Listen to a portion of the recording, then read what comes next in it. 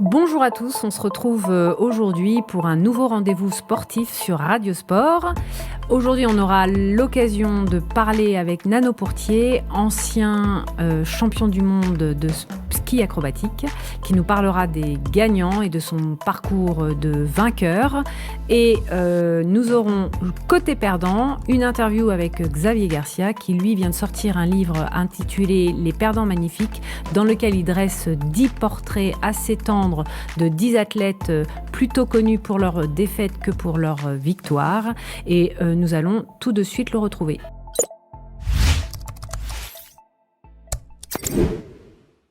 Bonjour Xavier Garcia. Bonjour. Alors, nous, aujourd'hui, on se parle et on se voit à travers les écrans parce qu'on va parler de votre livre qui est sorti en octobre dernier, octobre 2023, qui s'appelle « Les perdants magnifiques », dans lequel vous dressez, je dirais, le portrait de 10 athlètes, de 10 sportifs qui sont restés dans les mémoires plus à travers leurs défaites que leurs victoires. Donc moi, la première question que j'avais, c'était qu'est-ce qui vous a motivé à écrire un livre plus sur justement les perdants plutôt que les vainqueurs dont généralement on parle le plus souvent? D'abord, j'ai grandi dans les années 80, sans doute à une période où la France n'avait pas tout à fait appris à gagner. Je pense notamment au club français en Coupe d'Europe. On se souvient de Saint-Étienne en 1976 qui avait défilé sur les Champs-Élysées pour avoir atteint la finale. Je pense surtout à Séville 82, à la première Coupe du Monde que j'ai suivie. Et donc, ouais, j'ai toujours eu un attendrissement particulier pour ce genre de sportif. Et puis aussi, ce qui m'intéressait, c'était l'impact sur les vies que pouvait avoir la défaite. On sait ce qu'apporte la victoire, hein. Elle apporte des sponsors, elle apporte la richesse, elle apporte la gloire, elle apporte bien souvent aussi la garantie d'un après-carrière. Et lorsqu'on perd, bah, c'est souvent bien plus compliqué à gérer, à la fois en termes émotionnels, puis en termes de vie. Et donc, ces destinées un peu contrariées m'ont passionné. Et elles donnent souvent des destins un peu fous. Alors, soit ils ont été contrariés pour le meilleur. Je pense à Raymond Poulidor qui a totalement capitalisé sur ses défaites. Je pense Ouais. à Jean Van de Velde aussi. Et puis parfois, ces défaites ont pu complètement ruiner des vies. Je pense en particulier à celle de Shirley Babachov, qui a été privée de ses 7 médailles d'or, les 7 médailles d'or qu'elle aurait dû avoir comme Mark Spitz en 1976. Puis finalement, elle a eu que 6 médailles d'argent. Et in fine, bah, sa vie a totalement été bouleversée simplement parce que ses adversaires se dopaient. Donc voilà, toutes ces choses m'intéressaient beaucoup, à la fois comment les défaites peuvent être déflagratrices et peuvent aussi faire ressortir le meilleur de certains champions. Et comment, parce que bon, des vainqueurs, il y en a énormément, mais des perdants aussi, comment vous avez sélectionné ces 10 profils-là et pourquoi? Bien, justement, par rapport à leur destinée, leur personnalité, je trouve que chacun d'entre eux a eu une destinée extraordinaire. Et puis surtout, c'est illustré dans la défaite. Bien sûr, il y a beaucoup plus de perdants que de gagnants, mais ils se sont illustrés dans la défaite de façon assez épique, bien souvent. Je peux penser à Thomas Ernst, qui a perdu 2 combats majuscules, les 2 combats qui auraient dû changer son destin de façon totalement épique. Je pense à Thibaut Pinot, qui à chaque fois qu'il perdait, bouleversait le cœur de la France.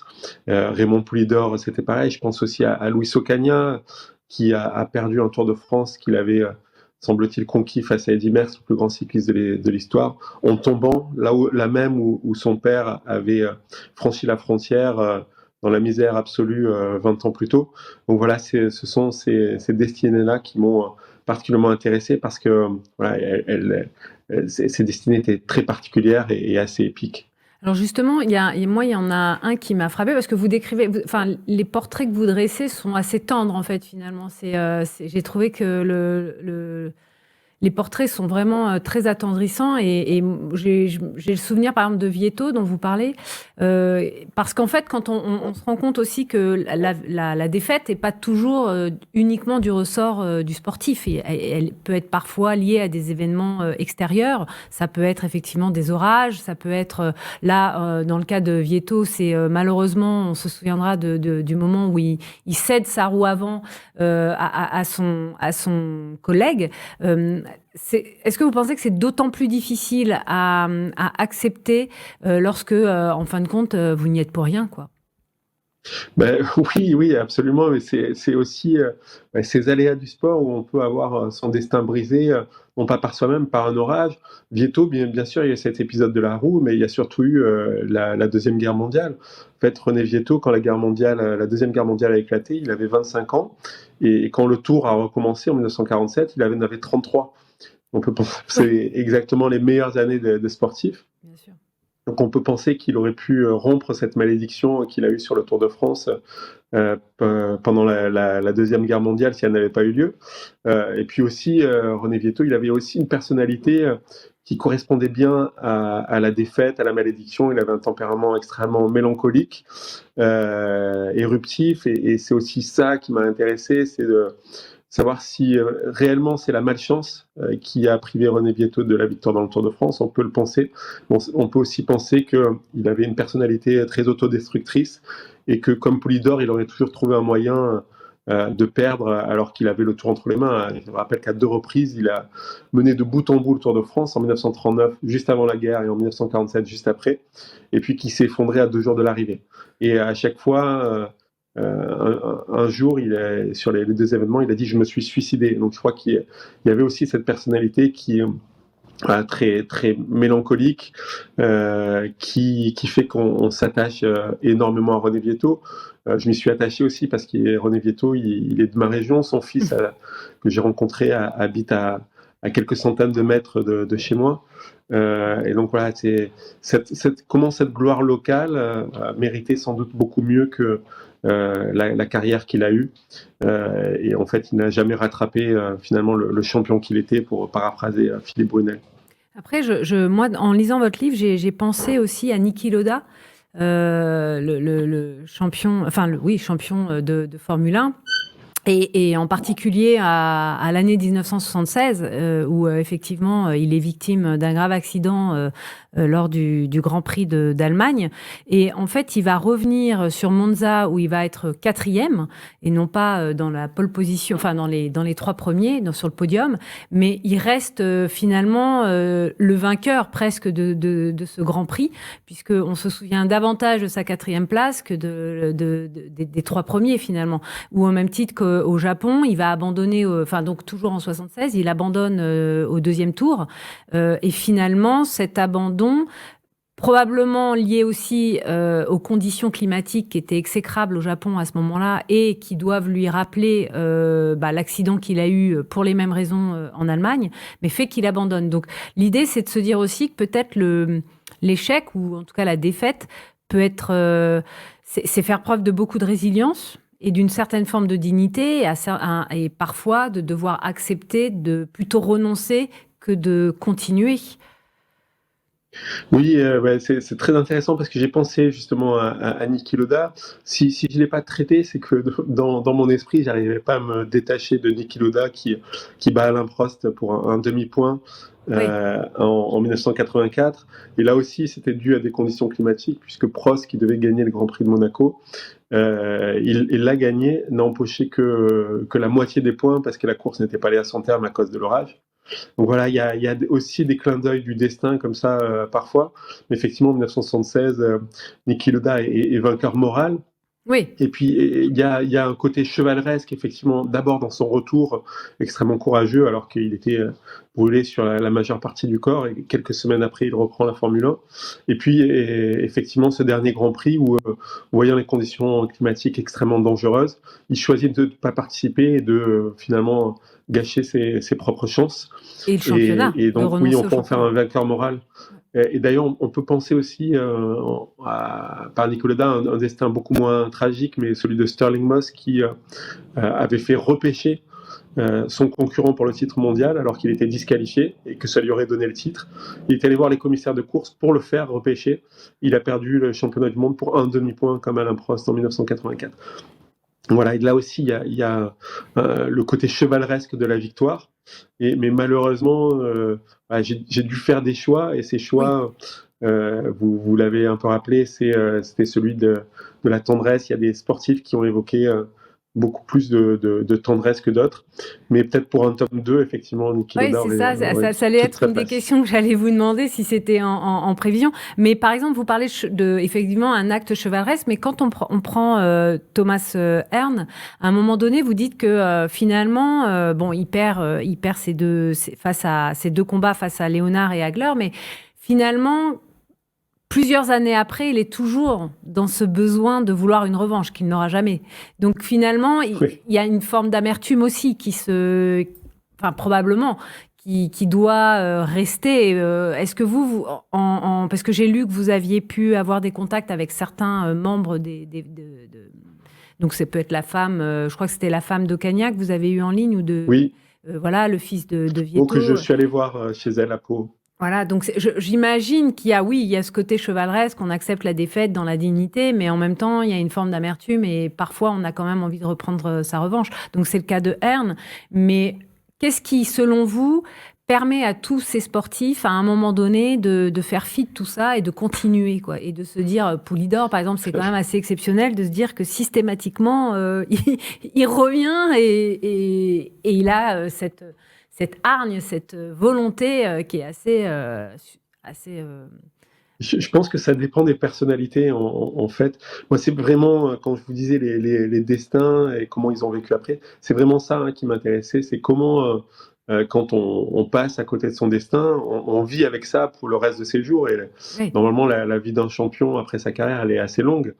Et donc comment on peut accepter, faire le deuil en fait de ce pourquoi on a travaillé, et en fait ça dépend des personnalités. Ernst, je crois qu'aujourd'hui, s'il avait la possibilité encore d'avoir une revanche contre Léonard, d'ailleurs à 50 ans passés, il écrivait encore à Ernst et à Hagler pour leur demander officiellement une revanche, et les deux autres étaient totalement désorientés par cette demande. Et d'autres à côté, je crois Shirley Babachov aussi, elle encore réclame ses médailles qu'on lui a volées, c'est sûr. Que les Allemandes de l'Est qui étaient dopées lui ont volé. Et que ça a été reconnu. Donc elle n'a pas réussi à vivre avec ça, non pas pour la gloire, non pas pour l'argent, mais simplement ce pourquoi elle a travaillé, parce que elle est devenue factrice dans la banlieue de Los Angeles, Shirley Babachov. Elle dit qu'elle y a été très heureuse, mais que par contre elle a travaillé pour ses médailles, et elle veut juste les médailles, rien d'autre. Et puis d'autres ont réussi à vivre. Je crois que Poulidor, ça a été plus difficile à avaler pour ses supporters que pour lui-même, simplement parce que Poulidor était d'un milieu très pauvre, et le cyclisme lui a permis une ascension sociale qu'il n'aurait jamais pu rêver sinon. Et je crois qu'un de ses problèmes, justement, c'était de se satisfaire de son sort, d'être heureux, d'être coureur cycliste professionnel, de gagner sa vie avec. Et il avait sans doute pas cette obsession de la victoire que pouvaient avoir ses rivaux Jacques Anquetil ou Eddy Merckx. Donc il a vécu finalement non seulement assez facilement avec, mais en plus il a compris qu'il pouvait capitaliser sur la défaite, et que s'il avait gagné le Tour de France, plus personne n'aurait jamais parlé de lui. Et il le disait souvent en un clin d'œil, mais il le pensait vraiment. Et puis pour Jean Van de Velde aussi, c'est assez extraordinaire, parce que c'est sans doute la défaite la plus spectaculaire, où on aurait dit qu'au 72e trou de l'Open, du British Open de Carnoustie en 1999, les dieux s'étaient ligués contre lui en disant non, il est 156e mondial et il ne mérite pas de gagner ce British Open, donc on va faire tout ce qui est en notre pouvoir pour pas qu'il gagne. Et effectivement, le concours de circonstances qui l'amène à ne pas gagner ce British Open alors qu'il avait 3 coups d'avance, et il est cauchemardesque. Et on se demande après, moi d'ailleurs, ça a été ma première réaction quand j'ai vu en direct sa noyade sportive, de me dire comment il va se remettre de ça. Et finalement, il s'en est remis assez bien. Il dit qu'il a passé 2 jours à pleurer dans son lit, et puis qu'après, Voilà, il a capitalisé lui aussi là-dessus. Il était 156e mondial.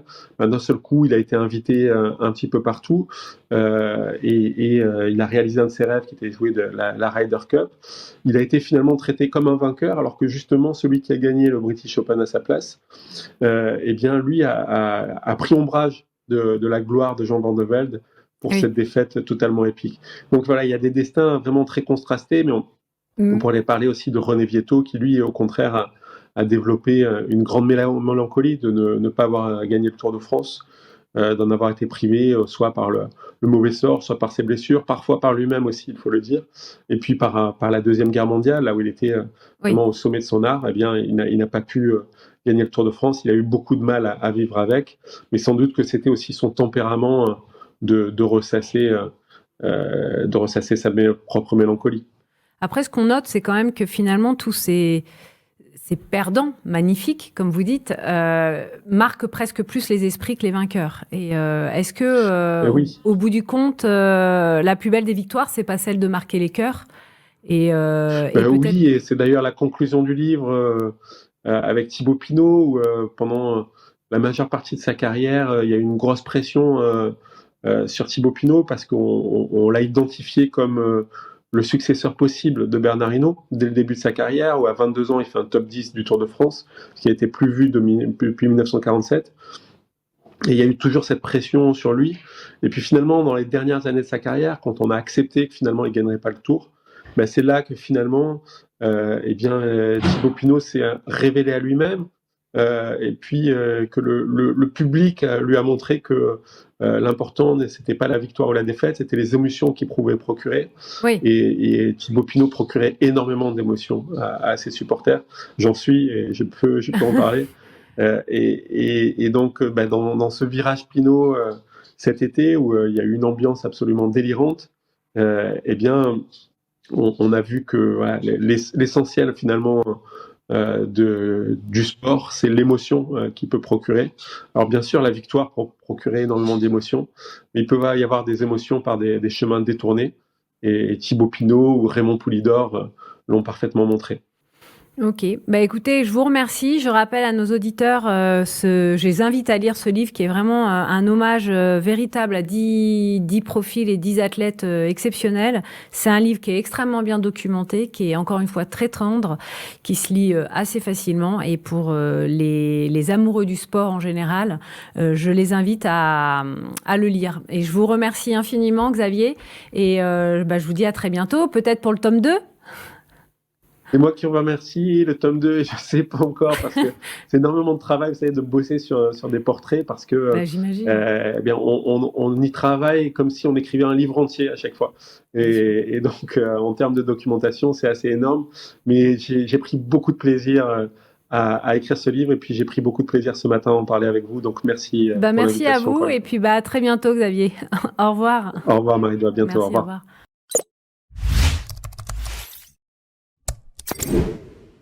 Bonjour Nano Pourtier. Bonjour Marie-Do. Alors rapidement, alors c'est difficile quand on est une légende sportive et puis de l'entraînement et du management d'équipe de parler rapidement de son parcours, mais est-ce que rapidement vous pouvez vous présenter en quelques mots ? Alors en quelques mots, je suis un montagnard d'origine de Champs-Rousse et les Deux-Alpes, puisque mes parents, j'avais un parent sur Champs-Rousse, un parent sur les Deux-Alpes. J'étais skieur alpin, et puis à un moment donné dans ma carrière, j'ai voulu partir sur le ski acrobatique, ça s'appelait à l'époque, c'est le freestyle de maintenant. Et j'étais 3 fois champion du monde dans le ski dans les bosses. Oui. Voilà pour la partie sportive. Après, je suis parti monter une école de ski dans les bosses, poudreuse, monoski, surf, etc. aux Deux-Alpes. Et quelques années après, la fédération m'a rappelé pour prendre la direction des équipes de France de ski acrobatique, hommes et femmes. Donc, j'ai entraîné des Edgar Montpiron, Olivier Alamand, Raphaël Monod, Éric Laborex, Éric Berton, etc., etc. Ensuite, après 15 ans à la manœuvre sur le ski acrobatique, j'ai eu un différend avec mon président de l'époque, M. Rossi, et je suis parti pour la Fédération des sports de glace où j'ai pris la direction du bobsleigh français, qui était à l'époque dans les dernières nations au monde. Et au bout de 6 ans, on a été et champion du monde et médaillé olympique à Nagano. D'accord. Après ça, je suis resté toujours dans la même fédération, mais on m'a confié le hockey, où ma mission, c'était de remporter les championnats du monde du groupe A, donc pas élite, du groupe A, pour monter en élite et participer et sélectionner pour les Jeux olympiques de Salt Lake. Donc on a gagné les championnats du monde à Ljubljana, et derrière on a participé à Salt Lake, et depuis cette époque, l'équipe de France de hockey n'a toujours pas participé aux Jeux olympiques. Ah, voilà. Ok. Après ça, j'ai terminé où, avec mon épouse, on avait une société de marchand de biens. Donc voilà, j'ai arrêté de parcourir le monde pour voir grandir ma fille. Ah, oui, ça c'est aussi un beau projet. Justement, qu'est-ce qui fait que quand on est champion, on redevient un citoyen un peu lambda? Parce que c'est compliqué, une fois qu'on a connu tant de succès, j'imagine, de redevenir dans la vie réelle. Quel est le sens de la vie qu'on se donne après ce parcours-là? Ah, c'est compliqué de revenir à une vie normale, parce qu'on est quand même dans un circuit, que ce soit aussi bien le ski, le bob, le hockey. On est un peu à part parce qu'on est attendu dans les stations, etc. On a le tapis rouge. Eh oui, c'est ça. Et donc revenir à une vie traditionnelle, c'est un peu plus difficile. Mais bon, moi, j'ai fait mon choix parce que j'avais priorisé avant tout mon boulot et mes équipes et mes athlètes. Et puis à un moment donné, quand vous êtes marié et que vous avez un enfant, la priorité change. Et j'ai mis la priorité sur voir ma fille grandir, donc j'ai arrêté. Et je me suis trouvé un boulot sédentaire. Voilà. Ouais. Et justement, après tout ce que vous venez d'évoquer, quelle est la recette miracle de Nano Pourtier, en fait, pour mener à bien toutes ces équipes, que ce soit sur le plan collectif ou individuel, et pour qu'elles finalement rencontrent le succès chacune? Quelle est votre recette? Sur quoi vous... Il n'y a pas de recette miracle. Il y a simplement... vous dirigez des hommes, vous croyez en des hommes, et il faut aimer les hommes. Encore une fois, ces gens-là, vous les prenez, c'est des adolescents, souvent, au départ. Mmh. Et ces gens-là, vous confient leur vie, en quelque sorte. Vous confient leur éducation. Et donc, votre mission, c'est d'une part de les éduquer, et d'autre part, de les faire performer. Donc, avant tout, vous aimez l'homme pour ce qu'il est, et vous faites progresser vos équipes en ayant évidemment de la rigueur, de l'organisation, etc. Mais avant tout, moi je pense que j'ai toujours priorisé le côté humain de mes athlètes. D'accord. Et en fait, vous les avez pris à partir de quel âge? Parce que vous dites, pour certains, c'est des adolescents, c'est-à-dire que le parcours commence... À quel âge à peu près pour certains d'entre eux Pour les plus jeunes, à partir de 14 ans. J'avais 14-15 ans en équipe. Par exemple, le plus connu, c'est Edgar. Je l'ai eu très jeune. Donc, et il y avait Raphaël Monod aussi. Donc, vous faites parcourir le monde à des mineurs que vous devez encadrer. Vous leur apprenez à skier, à performer, etc. Mais vous avez un rôle aussi où vous les faites grandir. Bien sûr. Donc c'est important d'avoir beaucoup de rigueur, beaucoup de travail aussi. Et moi, ma mission, c'était avant tout de rechercher du plaisir dans les entraînements pour qu'ils ne soient jamais saturés, quoi. Oui, il faut concilier le fun et la complexité du travail. Et par rapport aux sportifs que vous avez coachés, ils ont toujours tout gagné? Ou il y a eu des perdants parmi ceux que vous... Enfin, je veux dire que ce soit... Non, il y a de la place pour tout le monde. Mais pour qu'il y ait un premier, il y a forcément un deuxième, un troisième, etc. Donc à un moment donné, quand vous avez... l'équipe nationale, vous arrivez à avoir 15 à 20 types, hommes et femmes, et vous savez qu'il y a des gens, quand vous les amenez au sommet de leur forme, au sommet de leurs compétences, ils n'arriveront jamais à dépasser la 4e place. Ouais. Vous savez qu'il y a un truc qui s'installe et après vous faites votre sélection par rapport à tout ça. Parce que quand vous avez que 4 places et 8 personnes qui sont capables de rentrer dans ces 4 places, ça devient compliqué en termes de sélection. Donc il faut faire les bons choix au bon moment. Et ensuite, il faut jauger, non pas juger, mais jauger la performance de chacun tous les jours. Et au même titre que sur les perdants, on va parler du mental. Vous, justement, au niveau du coaching ou de l'entraînement, la part du mental, elle a un rôle important ou j'imagine, parce que vous parlez de l'entraînement qui est rigoureux, il y a une discipline à avoir, mais au niveau du mental, comment vous faites pour gérer certains qui vont perdre, d'autres qui vont gagner, l'euphorie qui n'est pas la même, et pendant l'entraînement, comment vous gérez au niveau mental les sportifs ? Alors déjà, pour gagner, il faut avoir des défaites. Et je pense que où on se construit, c'est avant tout dans la défaite. C'est à un moment donné, tu perds, après, il faut savoir pourquoi tu as perdu. Donc ça, on en discute beaucoup avec les athlètes, des fautes qui sont commises, de manière à ne pas les refaire. Et ensuite, ce qui est important avec les gars, c'est de leur dire que c'est toujours intéressant de finir, par exemple, 3e ou 4e, parce que ça permet derrière d'analyser et de comprendre pourquoi la performance n'a pas été beaucoup plus importante que ça. Donc, ça permet aux athlètes de voir exactement où ils en sont au niveau mondial. Mais aussi de leur dire que pour se construire et pour performer, il faut aussi savoir perdre.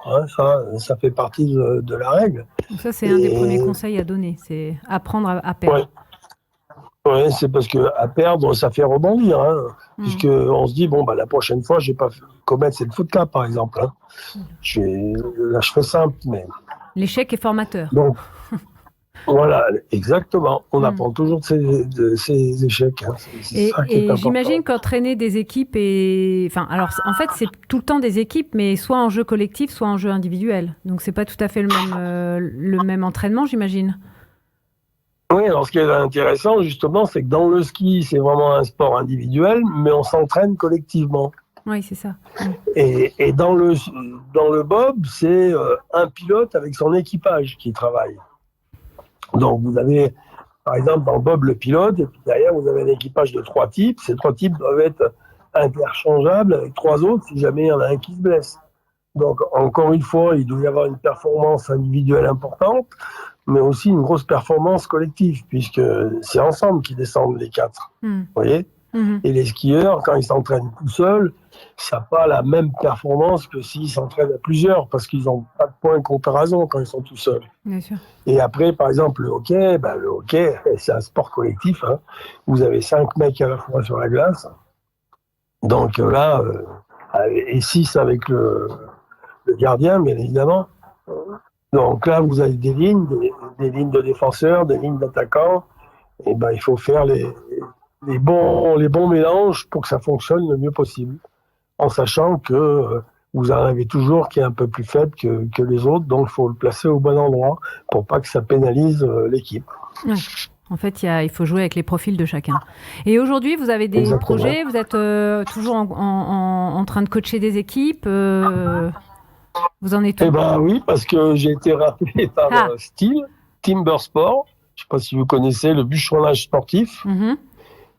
Et donc là, on a un projet, donc j'ai repris les équipes là, au printemps, on a un projet de préparer une équipe de France de Timber Sport pour les championnats du monde qui ont lieu à Toulouse le 4 novembre prochain, en 2024. Ah d'accord, donc rendez-vous le 4 novembre prochain pour pouvoir évoquer ça avec vous alors. La victoire de votre équipe. La victoire, ça va être plus compliqué là, mais disons qu'on aimerait bien se rapprocher du podium parce qu'aujourd'hui, on est à peu près entre la 7e et 12e place mondiale. 7e par équipe et un peu plus loin en individuel. Mais le sport est en plein développement et il y a des bons sujets, comme on dit. Il y a des bons sujets et les Français, je pense qu'ils peuvent vraiment progresser là.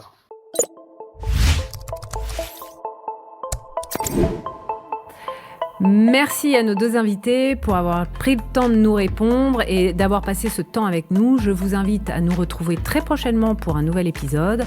Dans cette attente, n'hésitez pas à nous retrouver sur nos réseaux sociaux et sur le site internet radiosport.fr si vous avez envie d'interagir ou de réagir à l'émission. À très bientôt.